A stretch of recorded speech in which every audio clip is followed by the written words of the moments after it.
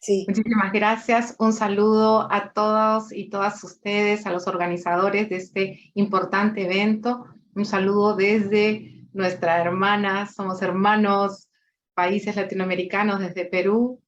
Y justamente el día de hoy para compartirles algo que tuve la ocasión de liderar junto a la doctora Elena Valdivieso hace ya 20 años.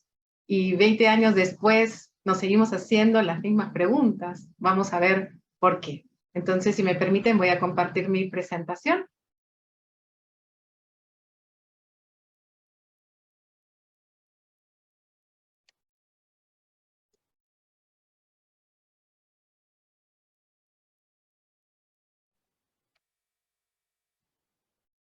¿Correcto?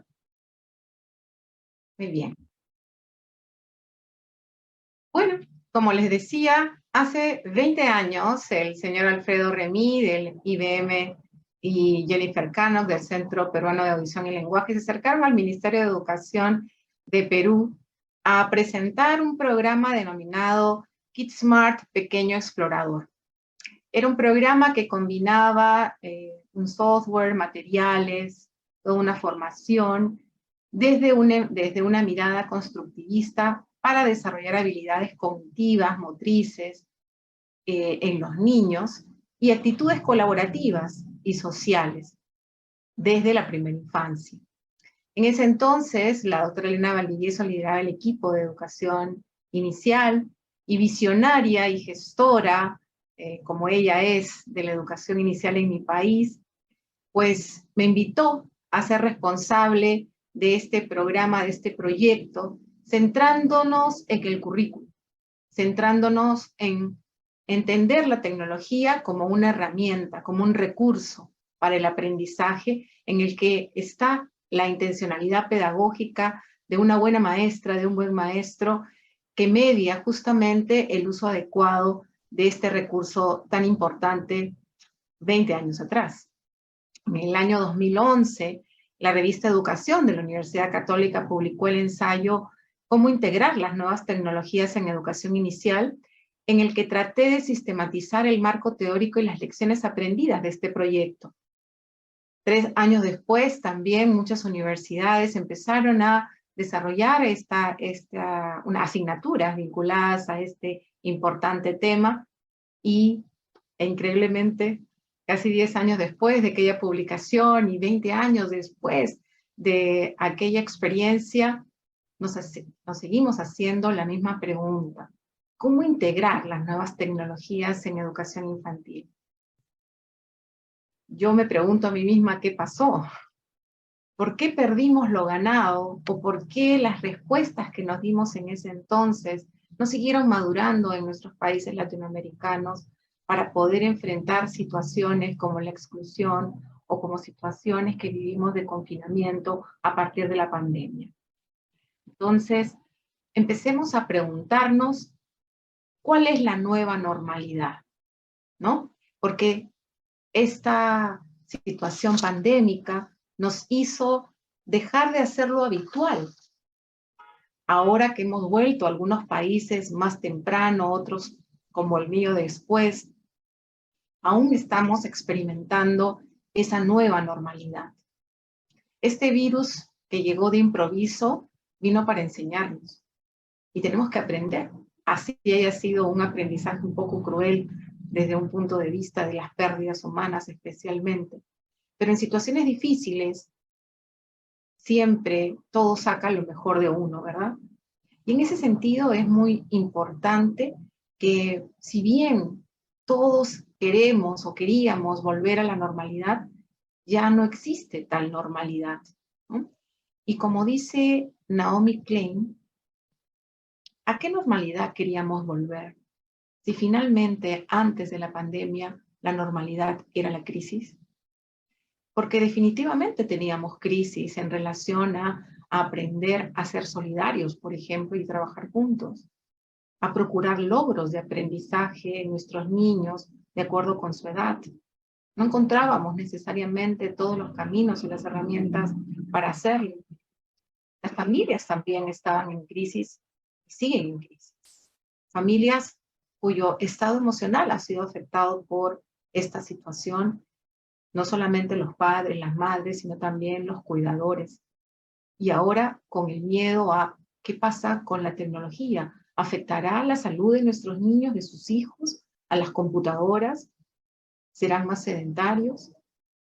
También había una crisis en los educadores y ahora con la incorporación, la integración de las nuevas tecnologías, vemos en algunos casos profesores cansados que de pronto tienen que crear recursos que antes no lo hacían y que no formaban parte, no formaron parte de su formación inicial. Entonces, la nueva normalidad nos hace acercarnos a una crisis en la que estábamos y que ahora vemos quizás desde otro lado. Sin embargo, hay situaciones en las que definitivamente nosotros tenemos que afrontar que existen cambios. Cambios que nos permiten quizás superar alguna de esas crisis. Vivimos una sociedad en red.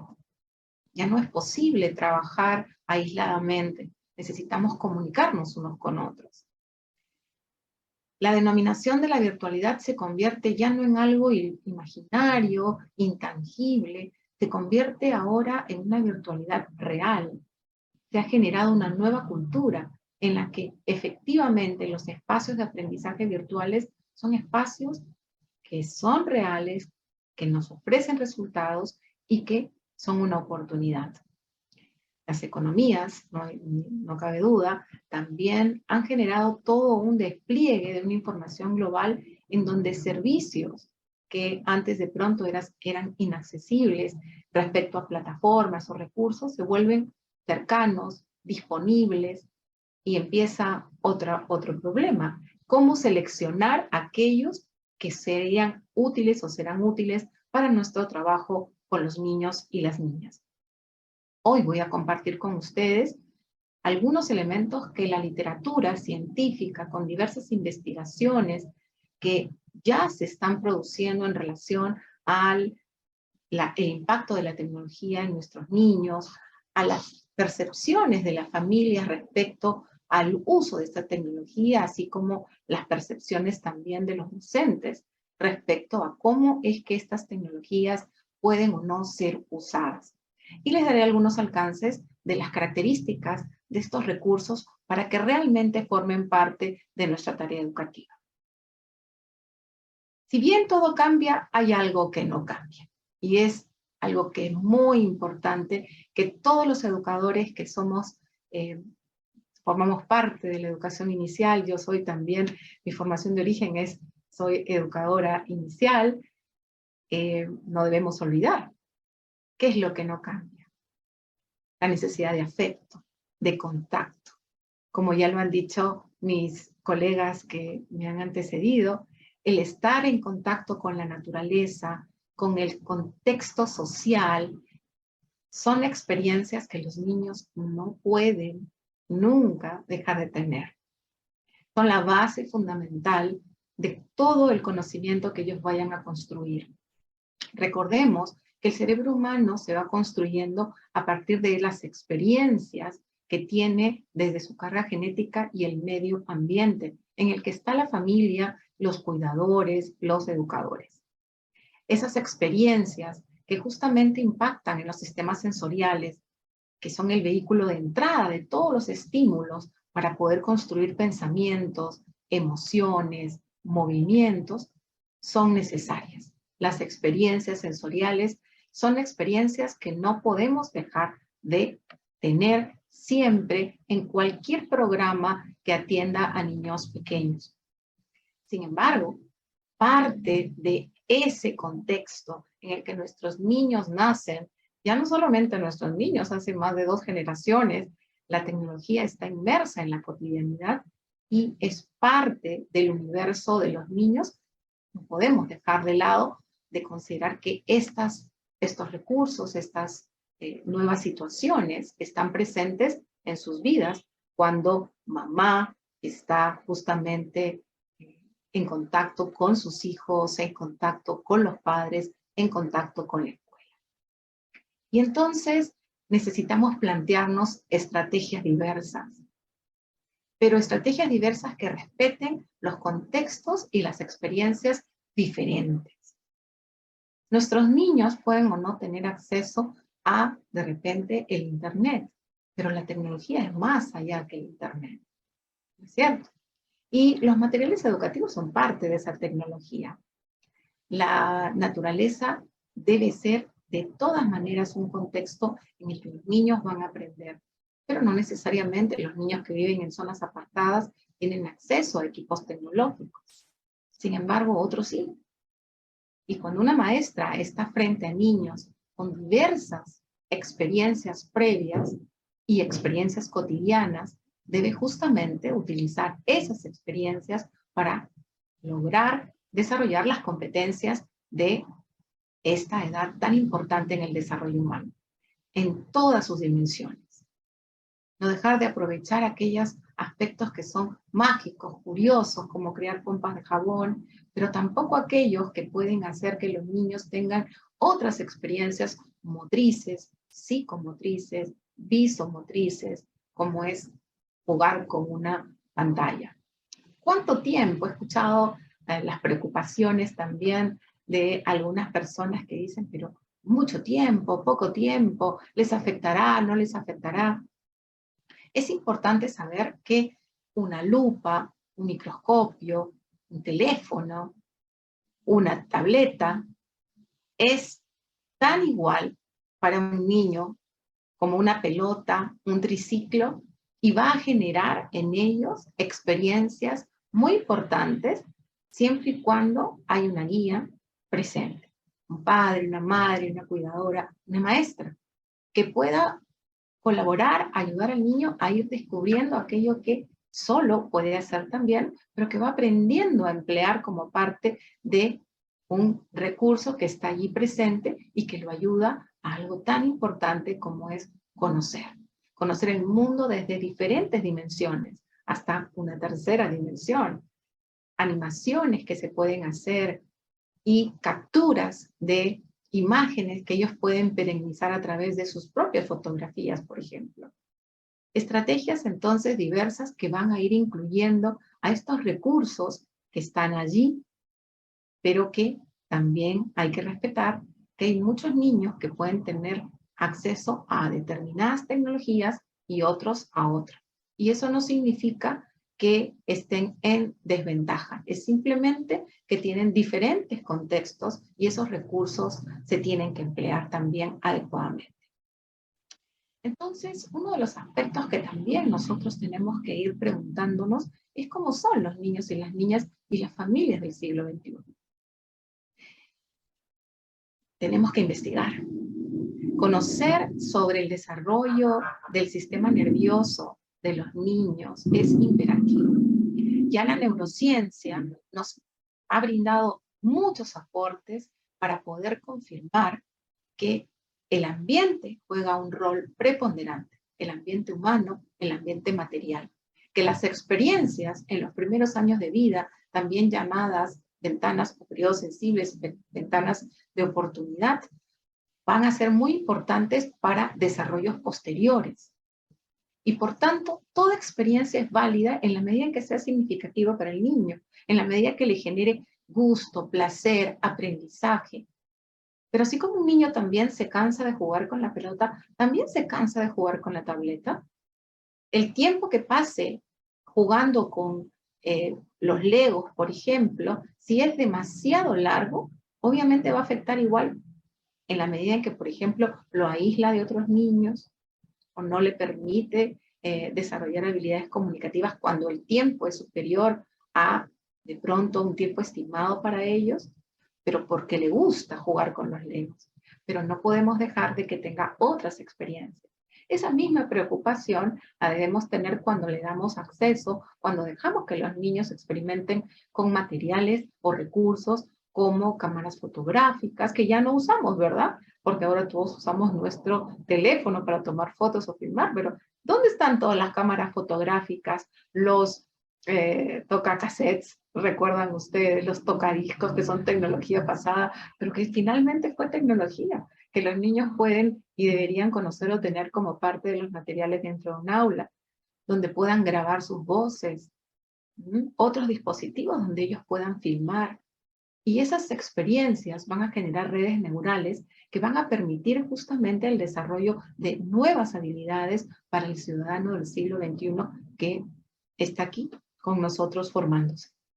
Es importante comprender qué significa tener un marco teórico de base, tener evidencia, tener ejemplos, aplicar el conocimiento, pero también romper con mitos y prejuicios. Mitos, por ejemplo, vinculados a los nativos digitales, ¿no?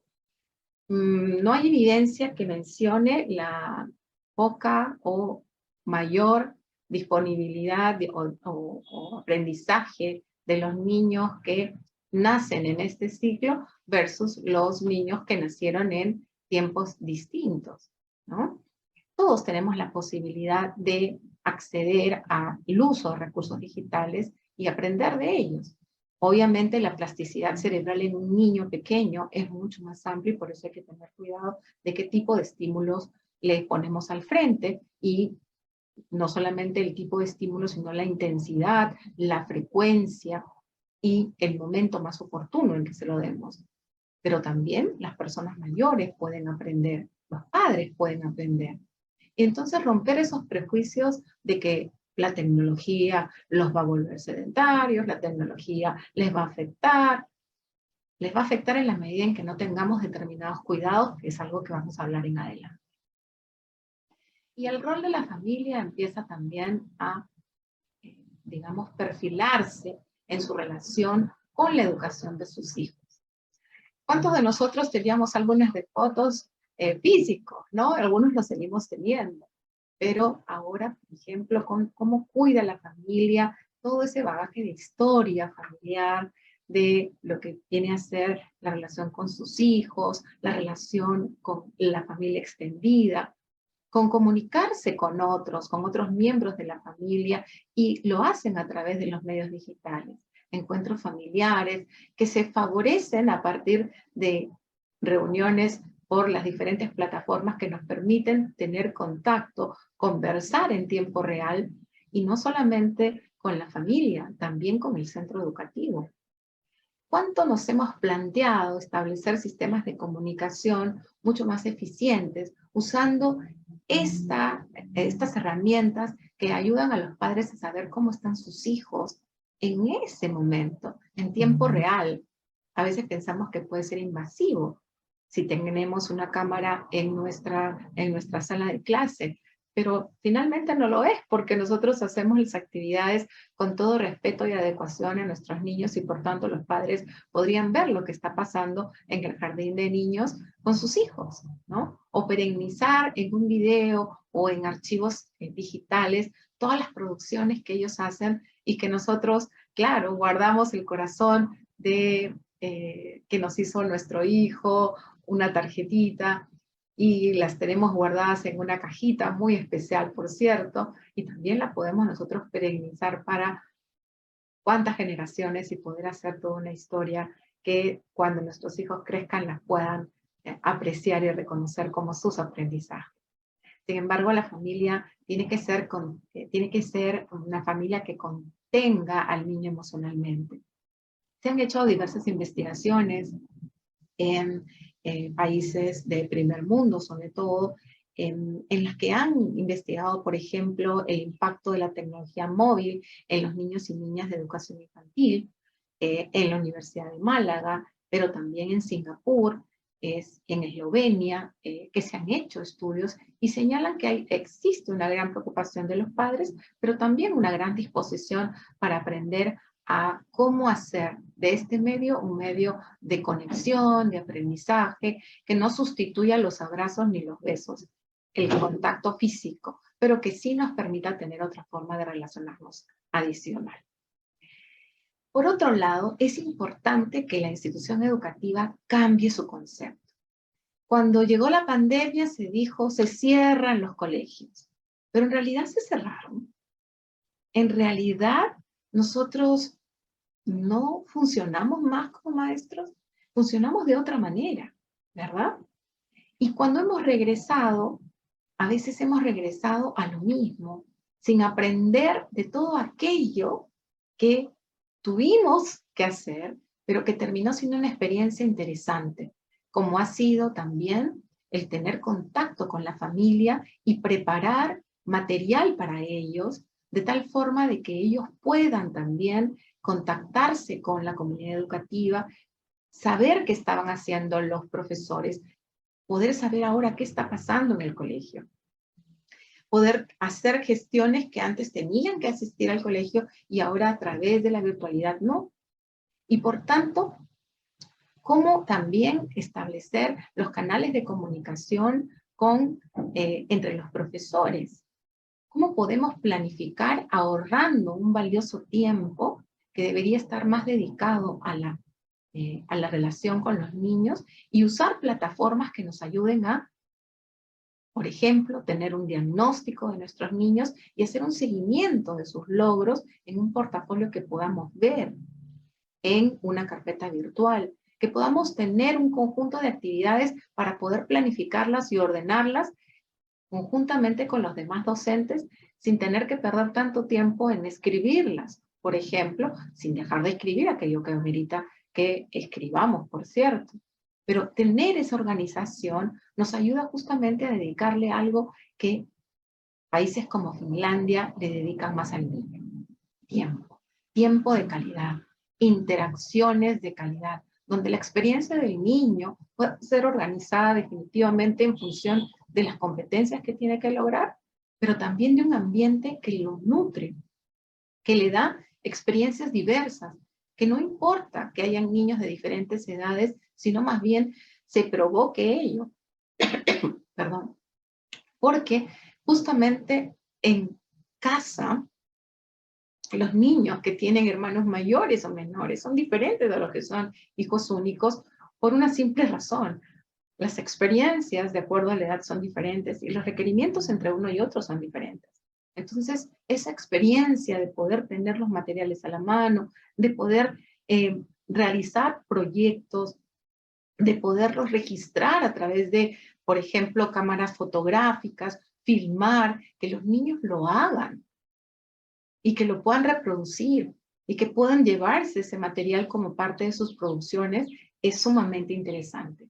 Entonces, repensemos el concepto de institución educativa como salas separadas, como salas que no se conectan entre sí, sino más bien hagamos de ellas redes, espacios en las que todos podamos participar de alguna manera, tengamos tiempos en donde estemos juntos, niños de diferentes edades con profesoras que puedan ser diferentes y que puedan hacer experiencias novedosas para ellos, entre ellas con el uso de la tecnología.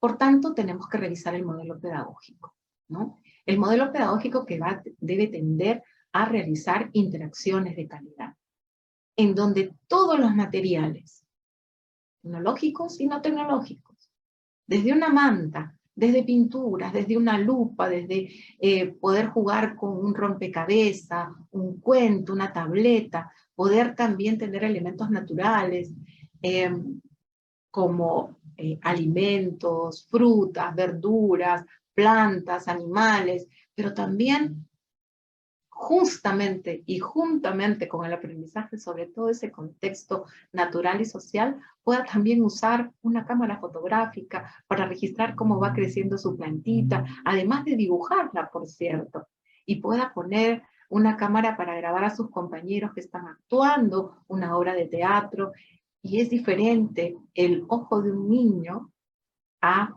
el ojo de un adulto. Los detalles que los niños captan con equipos son diferentes y se puede hacer toda una exposición muy interesante. Entonces, tenemos que revisar qué estamos entendiendo por la enseñanza y el aprendizaje. Y eso merita nuevas competencias docentes para la comunicación virtual, para manejar herramientas digitales, medios de comunicación, es decir, conocer el lenguaje audiovisual, que no es lo mismo que el lenguaje verbal, gestual, corporal, que hemos aprendido, obviamente, en nuestra formación inicial docente, sino que necesitamos manejar otros códigos de aprendizaje para orientar a las familias enviándoles mensajes orientadores cortos, que pueden ser replicables, que podemos generar un banco de mensajes que otros compañeros puedan también usar, y de esa manera hacemos un trabajo colectivo, ¿sí? E impactar en la comunidad, porque ¿por qué no pensar en una institución educativa de cara a educar a una comunidad que poco sabe sobre educación infantil? ¿Cómo podemos nosotros crear algunos podcasts o algunos, por ejemplo, programas radiales donde que la comunidad pueda escuchar las voces de los niños, que pueda escuchar las preocupaciones de los padres? Y desarrollar ambientes virtuales seguros, curar contenidos. Y en esos dos últimos aspectos necesitamos una formación. Muy bien que las universidades o las instituciones formadoras de docentes tengan justamente asignaturas donde puedan los jóvenes, las nuevas generaciones de maestras, pero también las maestras en servicio, aprender qué es un ambiente virtual seguro y qué es curar un contenido, cómo seleccionar un recurso digital que guarde características adecuadas para ellos. Y entonces, algunas de esas características que nosotros tenemos que siempre cuidar de que estén presentes en estos recursos tecnológicos y digitales, nos dice la literatura científica, tienen que ver con la música y los efectos sonoros, que deben ser agradables. Y agradables tiene que ver con la intensidad del sonido, el timbre. ¿Qué sonidos ponemos a disposición de los niños? Músicas que puedan efectivamente no ser estridentes para ellos en un sistema auditivo también en desarrollo. Una armonía entre el texto y las imágenes. Tiene que haber, obviamente, una relación entre lo que se presenta como imagen y aquello que quiere decir, ¿no? Aquel mensaje que se quiera decir. Los recursos digitales, si bien pueden presentar momentos de tensión en que los niños tienen que marcar algo y que se corre y que luego tienen que capturar o hacer un clic para poder acertar, pero tienen que haber momentos de distensión también, en que el niño se relaje. Los juegos, los videojuegos, por ejemplo, clásicos, que ustedes pueden encontrar muchísimos en la web, muchos de ellos libres, más bien están por el lado de la tensión, ¿sí? Y quieren que el niño gane, que el niño haga puntos, y ahí sí ustedes van a ver que el niño empieza a tener rigidez en sus movimientos, y eso no es lo que queremos. Elementos humorísticos, los niños necesitan divertirse, pero también que creen expectativas, que haya el evento sorpresa cuando revisen un material, un recurso digital, un juego digital que les está ofreciendo el mercado informático. Fíjense en esto, que no estén las respuestas allí inmediatas, sino que pueda el niño pensar, hipotetizar, probar, ¿sí? Y que le genere expectativa. Que use símbolos, íconos, franjas de función auxiliar que ayuden a los niños a actuar solos. Eso no significa que el maestro se borre, que el padre de familia no esté presente. No, eso significa que el niño puede explorar el software de una manera autónoma sin necesidad de tanta ayuda y genera esa habilidad también del aprendizaje autónomo. Una relación entre textos e imágenes, como ya mencioné, comprensibles. No solamente que haya armonía, sino que haya una relación comprensible para la edad de los niños. Y obviamente también que haya una adecuada pantalla y contenido en ese software. Aspectos técnicos fundamentales. Obviamente tiene que haber comandos de manejo operativo familiar para ellos y un hardware y equipos y dispositivos ergonómicos que respondan a el tamaño de los niños, la disposición que los niños pueden hacer. Cosas muy pequeñas, obviamente, no van a ser algo favorable para ellos, van a forzar la vista, van a forzar una coordinación visomotora que todavía no tienen. Entonces necesitamos tabletas grandes, necesitamos también la posibilidad que el niño pueda tener elementos que tengan que funcionen con una presión que el niño puede ejercer sobre ellos, ¿no? Por ejemplo. Y definitivamente una mayor interacción con las familias. Las nuevas tecnologías nos ayudan a poder compartir con los padres lo que está pasando en la escuela. Hay muchas evidencias en países nórdicos sobre todo, que están usando los mensajes de WhatsApp, videos o un Facebook en línea, que los padres puedan ver lo que está sucediendo. Antes usábamos en algunos centros de práctica en Perú, no sé si en Chile o en otros países también, me imagino que sí, algunos vidrios como la cámara Gesell, para que los padres pudieran ver todo lo que hacen los niños que en casa ¿no? Desde, por ejemplo, tender su cama o servirse los alimentos o asearse, y los padres pensando de que ellos siempre los tienen que ayudar, pero si los padres pueden ver lo que está sucediendo, los tranquiliza también, ¿no? O lo pueden ver en otro momento. Ustedes pueden usar también esos medios para poder mandar mensajes a los padres positivos, de ánimo, que puedan ellos también acompañar aquello que están trabajando ustedes en las instituciones educativas. Entonces, realmente la tecnología se puede convertir en un elemento muy, muy potente, siempre y cuando nosotros los docentes asumamos el reto de formarnos y de ser parte de la necesidad actual de diseñar y usar adecuadamente los recursos que la tecnología ofrece a la educación inicial. Muchísimas gracias por este espacio y seguramente si hay alguna pregunta me encantará poder atenderla. Gracias. Muchas gracias a ti, Janet. Realmente dijiste cosas, bueno, hiciste un recorrido bastante interesante por todo lo valioso que tiene que ver en la actualidad con ese contacto diferente, más no alejado de las tradiciones o de aquello que ya nosotros hemos puesto en práctica como educadores. Por ejemplo, me encantó cuando hiciste mención acerca de que en este momento debemos aprovechar la tecnología, esa etapa de pandemia que nos hizo actualizarnos, prepararnos y descubrir una nueva manera de llegar a los padres, a las familias, a los niños, de seguir aprovechando eso, pero a la misma vez acortar los tiempos de dedicación a cosas que se pueden hacer a través de la tecnología para poder abrazar a los niños, para poder observarlos, dedicarles tiempo desde otro lugar, porque la tecnología se está encargando de aquello que nos quitaba tiempo, nos restaba tiempo para ofrecer más calidad en la interacción con los niños. Bastante interesante ese recorrido que nos diste, que permite descubrir que lo que ya hacíamos no debe dejar de hacerse, sino que hay que sacarle provecho a la tecnología para hacer todavía mejor lo que sabemos hacer. Bueno, muchísimas gracias, Janet. Creo que todo el mundo ha quedado encantado con lo que dijiste. Fue tan claro que no hay preguntas en este momento.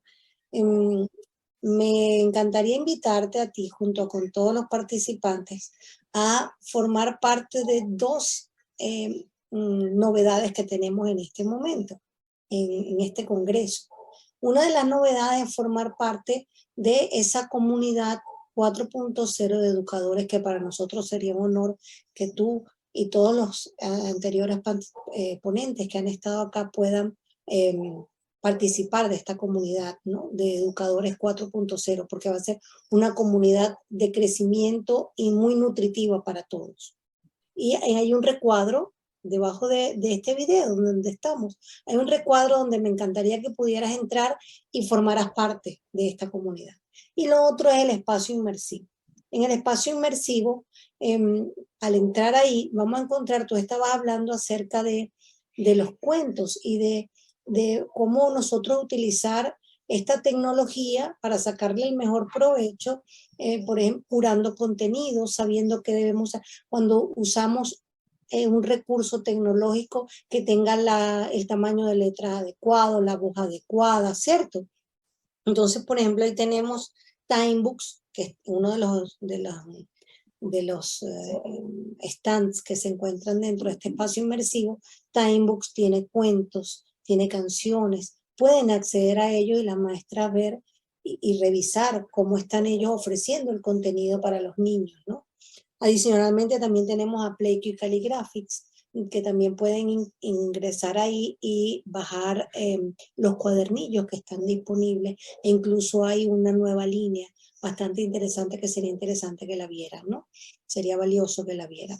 Hay una pregunta que sí te están haciendo aquí que dice, quiero saber más de esa app para mí como madre y darle seguimiento. Tú hablaste de una app, Janet, o es la que yo estoy mencionando. La que tú estás mencionando. Ah, es la que yo estoy mencionando. Sí. Disculpa que me está llegando justo esa pregunta. Pero aprovecharía para señalar algo, ¿no? Si Sí, bien es cierto, existen muchas apps de muy buena calidad, por cierto, seguramente como la de ustedes, también es interesante que las madres sepan que pueden usar mucha tecnología que tienen en casa, desde los propios teléfonos, que los niños pueden grabar sus voces, que los niños pueden grabar sus cuentos y luego escuchar los cuentos, y o la mamá puede grabar el cuento y luego dejarlo escuchando al niño, que puede tomar fotografías el niño, y con esas fotografías impresas en casa, en la impresora que tenemos ahí en casa, pueden armar su cuento, que los niños pueden dibujar y pueden luego escanear el cuento, escanear esa imagen y armar su cuento y tener su publicación.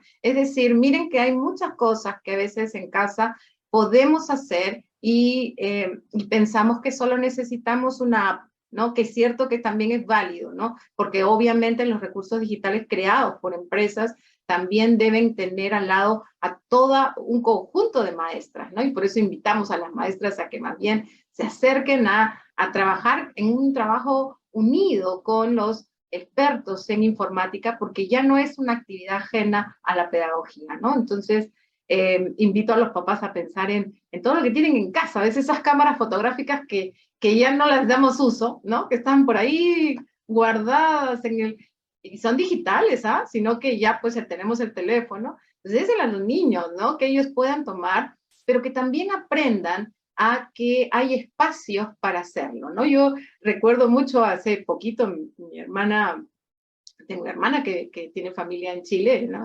Tengo 3 sobrinas chilenas, y les regaló una cámara fotográfica, ¿no? Y la niña tenía 7 años y empezó a tomar fotos a todo el mundo, pero en todo momento. Y entonces ahí empezamos a trabajar con ella de que hay que pedir permiso a las personas para tomarles una foto, hay que pedirles permiso también para poder publicar esa foto, ¿no? Porque no todo el mundo quiere que se les conozca, se les vea, y que hay espacios en los que pues no vamos a querer que nos tomen una foto, ¿no? Espacios privados como el uso de los servicios higiénicos o el estar durmiendo. Es decir, también allí los niños aprenden que hay que respetar la privacidad y su propia privacidad también, ¿no? En ese sentido es importante estos elementos que hablábamos de entornos seguros, ¿no? La seguridad implica saber usar la tecnología, pero también cuáles son los límites de ese uso, y por eso hay que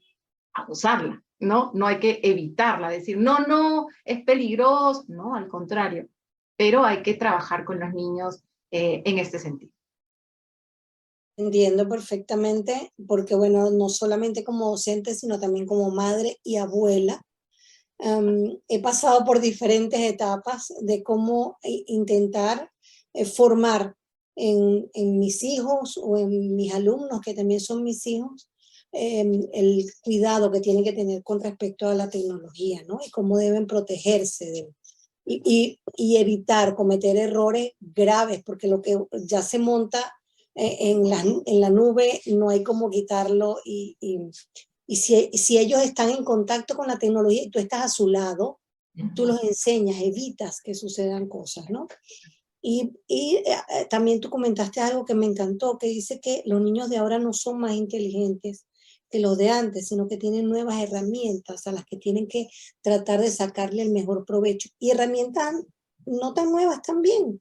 O sea, todo lo que esté a nuestro alcance, si usamos la creatividad como debe ser, le podemos sacar el mejor provecho. Ahí, hablando de una app también, PlayQ tiene un cuento que se llama Caperucita Roja, que está al alcance de todos. Y en ese cuento no solamente te narran la historia, sino que también papá puede narrarle al niño la historia y luego ponerle la aplicación para que el niño la escuche. Y con eso me ha sucedido algo muy interesante, porque yo con mis nietos, cuando les cuento, lo grabo, porque los veo de vez en cuando, o sea, porque no vivimos en el mismo país. Entonces, le grabo el cuento y se los coloco para que lo escuchen después. Entonces, después ellos me llaman para pedir que cambie la historia o le agregue algo. Y ese tipo de cosas es solo con un celular y es mandarles un audio narrándoles un cuento y entonces ellos llaman de vuelta pidiendo que les agregue algo o, o que cambie la historia en algo, ¿no? Entonces, bueno, nada, es una forma de conectarse, de mantenerse más conectado todavía y estar más cerca a pesar de las distancias en este mundo tan global en el que estamos en este momento. De Claro verdad, que sí. gracias, Janet. De Gracias. nada, a ustedes un ¿Sí? saludo muy grande desde Perú y seguimos aprendiendo en este maravilloso congreso. Ay, gracias. Hasta luego.